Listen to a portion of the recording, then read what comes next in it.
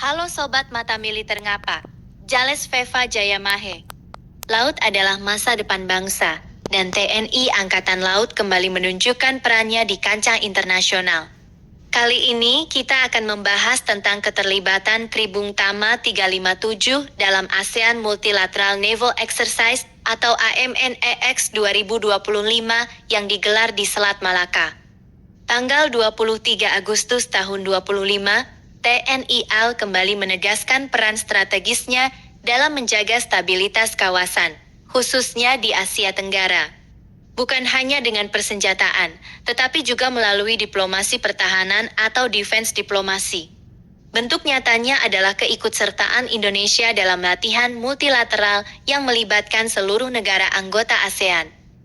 AMNEX atau ASEAN Multilateral Naval Exercise pertama kali digagas pada tahun 2017 dan kini sudah memasuki pelaksanaan ketiga. Tujuan utamanya adalah mempererat kerjasama, meningkatkan kemampuan interoperabilitas, serta memperkuat solidaritas antar angkatan laut ASEAN dalam menghadapi berbagai ancaman di laut. Mulai dari keamanan jalur perdagangan internasional, mencegah penyelundupan, hingga menghadapi ancaman terorisme maritim. Selat Malaka yang menjadi lokasi latihan kali ini memang sangat penting. Jalur laut ini merupakan salah satu yang paling sibuk di dunia, dilalui lebih dari 100.000 kapal setiap tahunnya dan menjadi nadi utama perdagangan global. Karena itu, stabilitas dan keamanannya harus dijaga bersama. Indonesia sendiri mengirimkan Kribung Tama 357, salah satu kapal fregat modern andalan TNI Angkatan Laut. Kapal ini merupakan bagian dari kelas Bung Tama, dengan panjang sekitar 95 meter dan bobot penuh lebih dari 2.000 ton. Kribung Tama dilengkapi berbagai sistem persenjataan canggih, mulai dari meriam oto melara kaliber 76 mm, rudal anti kapal Exocet M40, hingga rudal permukaan ke udara Seawolf untuk menghadapi ancaman dari udara. Dengan kemampuan ini, Kribung Tama mampu melaksanakan berbagai misi, mulai dari patroli laut, pengamanan jalur perairan strategis, sampai peperangan anti kapal permukaan. Dalam AMX 2025, Kribung Tama mengikuti tahap Sea Phase, yaitu latihan di laut secara langsung bersama kapal-kapal perang dari negara ASEAN lainnya. Tahap ini sangat penting karena menjadi ajang untuk menguji kemampuan kapal dan prajurit dalam bekerja sama di lapangan.